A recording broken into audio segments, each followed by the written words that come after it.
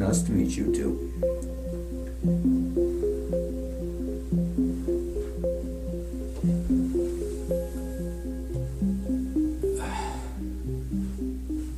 My name is Alexander Smith. I've kept my silence on this issue for a long time. A long time. What I'm about to tell you is something that I haven't even told my children, nor my grandchildren. My own wife doesn't even know what I'm about to tell you. You see, the reason I kept my silence for so long was due to the threats that I got if I exposed my story and if I told what happened, if I told the truth. They wouldn't let me tell the truth, and they're not gonna like this at all. But I couldn't live with myself one more day if I kept it all sealed up.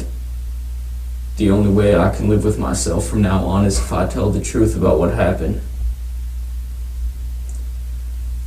And I suppose my story starts back in the year 1981. You see, I had a background in the military. I rose up the ranks and eventually I worked for the CIA. I can't give my specific position in the CIA due to the fact that they would know who I am. I realize that most people watching this right now, they're gonna dismiss this. They're gonna think I'm making up a story for attention. I just want to say to everybody who's watching this, that's not me. I wanted to tell the truth for so long.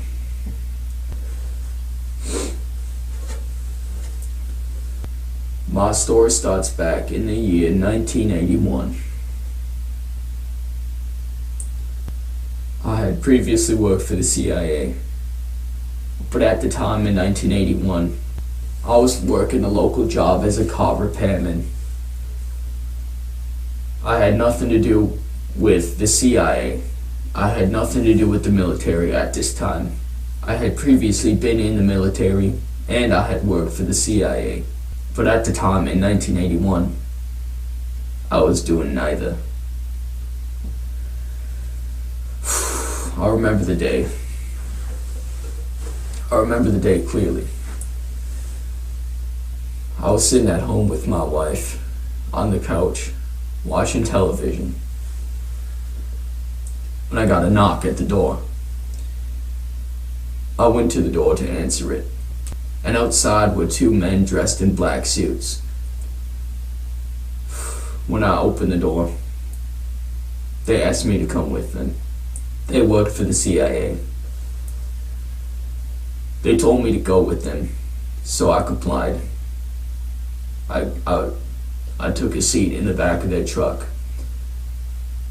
They told me I can't even tell my wife that I was leaving, so I left her, sitting on the couch.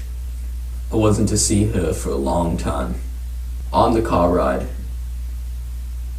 they explained to me that they can't tell me exactly where we're going.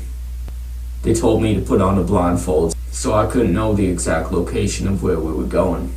Eventually the car stopped, and I began to hear helicopter blades going. They told me to keep coming with them, and at the time I was still wearing a blindfold. And soon thereafter we were in a helicopter flying. After what I would estimate would be about 45 minutes, the helicopter landed. They took off my blindfold, and they told me we were in this top secret military base. They couldn't tell me the exact location of where I was. A few different men wearing black suits ushered me into an underground facility at the base. Now remember, I haven't a clue where this base was. They brought me underground. I had to climb down a very long ladder that went deep underground. And eventually we reached the bottom. I looked around and I saw a very long hallway. They told me to come with them down the hallway. Now, having worked for the Central Intelligence Agency I had a little bit of an idea of what we were doing. You see, back when I worked for the CIA, they were telling me about this one project in which they would test the limits of space and time itself. And they were working with top scientists on how to solve some of the biggest issues facing our Earth. I wasn't exactly sure what, but I had remembered that I had previously signed up. Now remind you, this was around 10 years before. I worked for the CIA in the 1970s, and they come get me around 10 years later. After walking down this long hallway, there was a room on the right side. They told me to come into the room, and inside the room I saw this contraption with wires, and it was made of metal. Very big contraption. It was a big cube. Wires sticking out, gauges on the side. I didn't know exactly what to think of it. And I remember clear as day, one of the scientists came up and he told the other men wearing the black suits that they could leave. And they stepped out of the room and closed the door.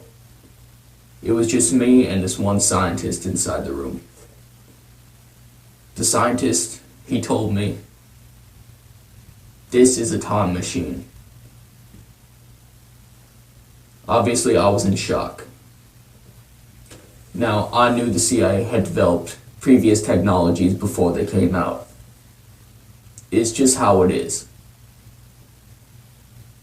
The technologies that you're using right now, like smartphones, they were developed around 30 years prior to them actually being released. So you can only imagine what technologies they have right now. Upon that man telling me it was a time machine, he soon told me that I was going to be the first test subject. I was going to be the first one. He told me there was a high probability of me getting hurt or dying, and that I could not opt out. He reminded me of when I signed up as a test subject for advanced technologies. I complied. He had me put on this metal helmet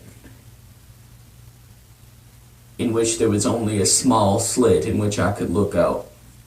He said this was to help protect from the radiation involved. I also had to put on this tin suit to also help prevent radiation. He told me the main concern in doing this test was radiation. Now you see, we didn't know exactly what was going to happen. We didn't know if it would work. He sat me in a small room and we had many meetings. I had meetings with various scientists telling me what to expect, telling me what to do during the process of the actual time traveling itself.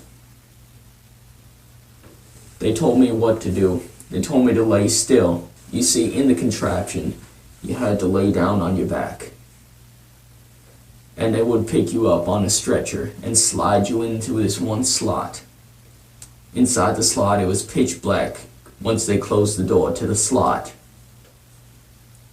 And I hadn't a clue what was inside of there, what was about to happen to me. After having various meetings about what was going to happen, we decided it was finally time to go through with it. And we were ready for the initial test. I went inside of the machine, as we had previously tested and as we had previously rehearsed. I felt as if I was ready. They told me that if they were ever successful in getting me back, that I could never tell my wife, nor my children, nor my grandchildren, nor nobody. The last thing they want is for me talking to you right now, here today. But I'm going to tell you about my story. So upon being put inside the time machine, it was pitch black and pitch silent. I couldn't hear a thing. Eventually, after about 5 minutes of being inside of there, I started to feel lightheaded. And suddenly, there was flashes of bright light that seemed to be inside my own eyelids. I looked around, laying on my back, and I could see nothing, just white light flashing in my eyes every couple seconds. Eventually, I went unconscious. It was sort of like a fading out. My consciousness sort of faded out, and then I woke up. I was lying on a hospital bed. I thought something had gone wrong with the experiment, and I was still in the year 1981. I looked around, and I was alone in my room. I was alone in this room, and there was a window to my left side. To the left side of the hospital bed, there was a window, and there were drapes on that window, so I couldn't see out it, but I knew it was daytime because there was light peeking in. After looking at the window, I looked right ahead of me, and in front of me was something that I've never seen before. It was a glass screen. It looked as if it was a piece of glass, hovering a couple of inches in front of the wall. Now, I figured this was inside of some sort of military hospital that they had developed advanced technology the public was not aware of. But as I looked around, I saw some things that were very strange, very different, to say the least. I looked to my left side, and sitting next to the hospital bed was a table. The table was glass, and I could see right through it, and I could see the ground. Now this table, it was simply a tabletop, a glass tabletop floating, and I could see nothing outside supporting it, floating approximately 2 feet off of the ground. And on top of this glass tabletop, there was a couple of cups. One of them appeared as if it was full of water. Now, this wasn't any sort of advanced technology that we had in our present year of 1981. Eventually, a nurse walked into the room I was staying in. It was the first person I've seen after this incident. And she began to explain everything to me. She said I was found on the side of the road, unconscious. She thought I had gotten in some sort of car accident or something, and I told her about my story. I told her what had happened, and she asked me. She said, "What was the date in which this happened?" And I told her it was in the year 1981. And I'll never forget what she said back. She said, "Sir, it's 2118. And I said, 2118. I thought she was referencing the military time. But she said, "Sir, don't you know the year? It's 2118. I didn't believe what she was saying at first. I didn't think this actually worked. But given the circumstances that led up to it, I began to accept this. I think she, along with everybody else in that hospital who talked to me, they thought I was crazy. They thought I was making up my story. She said, "Sir, why don't you watch some TV, get your mind off this?" So I saw a remote control, different from any kind of remote control I've seen in 1981. On the side, sitting on that glass table as well. I picked up the remote control, and there was a power button on the top. I hit that button, and the glass that was floating in front of the wall, it turned into a screen. And there was television shows I ain't never heard of playing on that screen. And when I switched to one of the news channels, I read the date. The date read November 17th, 2118. This was hard to believe. It was hard to accept. I thought I was in a dream. And near nobody in the future believed me. I realized I had to get out of this hospital. I was completely fine. I felt okay. So I got out of my hospital bed, and I noticed a chip on the bottom side of my wrist. A chip, and what I assumed that chip was for monitoring my heart rate and all the other vitals. So I got up out of my hospital bed and I walked up to the window. I opened the window and I saw a city. It ain't like any other city I've ever seen before. This city was very large. I saw vehicles flying at the tops of the skyscrapers. I had to leave. I had to see what was going on. At this time, I began to accept my fate. I may never see my wife again. So I walked to the door of that hospital room, and I found that it was unlocked. So I opened the door. I was still wearing the same exact clothes in which I was wearing in the year 1981. I walked out of that room and I walked down a long hallway. I noticed an elevator. And the elevator looked nearly the exact same as the elevators that you see today. The buttons maybe looked a little bit more futuristic. But apart from that, it looked like any standard elevator. I got in that elevator and I hit the button to go to floor 1. Apparently I was on floor 6. I will admit the elevator was quite fast and I was on floor 1 before I knew it. The glass doors of the elevator opened and I saw the lobby of this hospital in which I was in. Nearly everybody appeared to be dressed in white. They were all wearing white clothes and they appeared to be looking at me strangely. I went up to the front desk of this hospital and I asked the lady who was standing there, who was wearing all blue. The patients appeared to be all wearing white clothes, but this lady who was working at the front desk was wearing all blue. And it appeared as if all the other hospital employees were also wearing these blue uniforms. Not like the blue uniforms you'd see in a hospital today. They wore blue long sleeve shirts, blue pants of the same color. And I asked the lady, "Where am I?" And she tells me, "You're in District 508. And I said, "District 508? What does that mean?" And she says, "What do you mean, what does that mean?" "Well, you're in District 508. I began to question everything. Where was I? I went up to the front of the hospital. I went to the front doors, which was sliding glass doors, and they open automatically when I walk through. And I realized I was on the outskirts of the city. This city with buildings I ain't never seen before. And I saw a sign saying District 508. And at the bottom of the sign I read in very small text. It said, District 508 of the Yavis Empire. I realized I was not in the United States. I was in a new place. I didn't know what this Yavis Empire meant. But I knew I had to come home. So I walked around the city a bit.